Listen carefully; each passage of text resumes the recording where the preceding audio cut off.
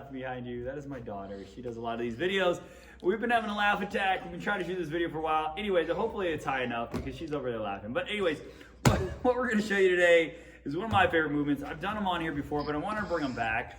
People starting their workouts in a new year and they're like hitting it hard, which is cool. Just remember, everything in balance, but might be hitting it too hard and they're a little tight, especially around those hips. So we're gonna give you one of my favorite, the pigeon stretch, but we're gonna elevate it. I'm gonna go over a few reasons why.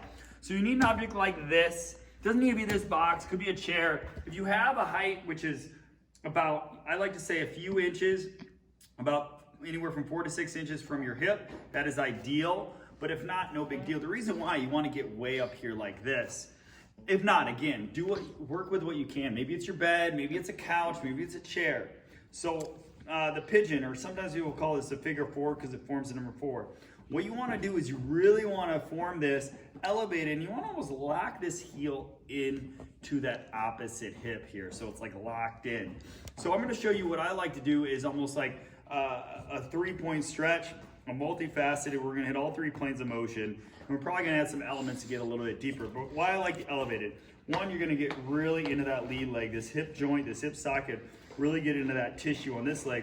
But in this back leg, if you scoot it back a little bit, you can feel this hip flexor on this back leg as well. You can lift it back to the point that your glute engages. So from here, yeah, you could sit here, but I like to add more dynamic movements to it to get a little bit deeper stretch.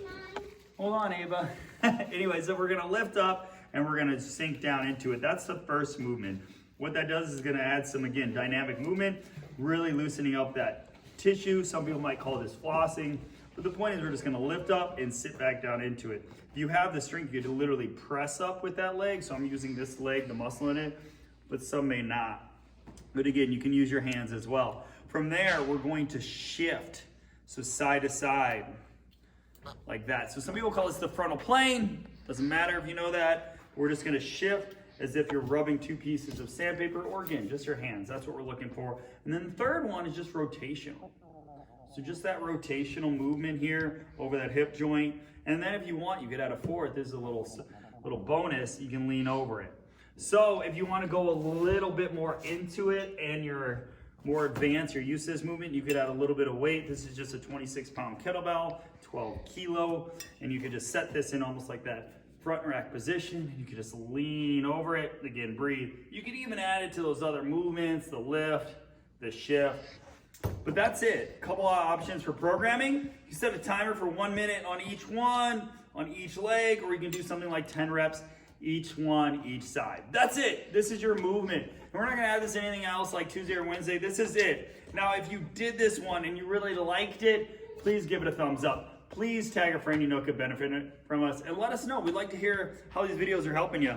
And if you do like these videos, make sure you click down below on notifications to stay up to date with all of these videos all the time. And again, share with your friends. Anyways, well, thanks for tuning in this video. Again, hope it helped. If you need further movements like this or need more deeper explanation on movements like this or programming for yourself, always click that link below and we could always set up a conversation to get you moving better, living better, and feeling better. Well, again, thanks for tuning in. Have an awesome new year. Take care.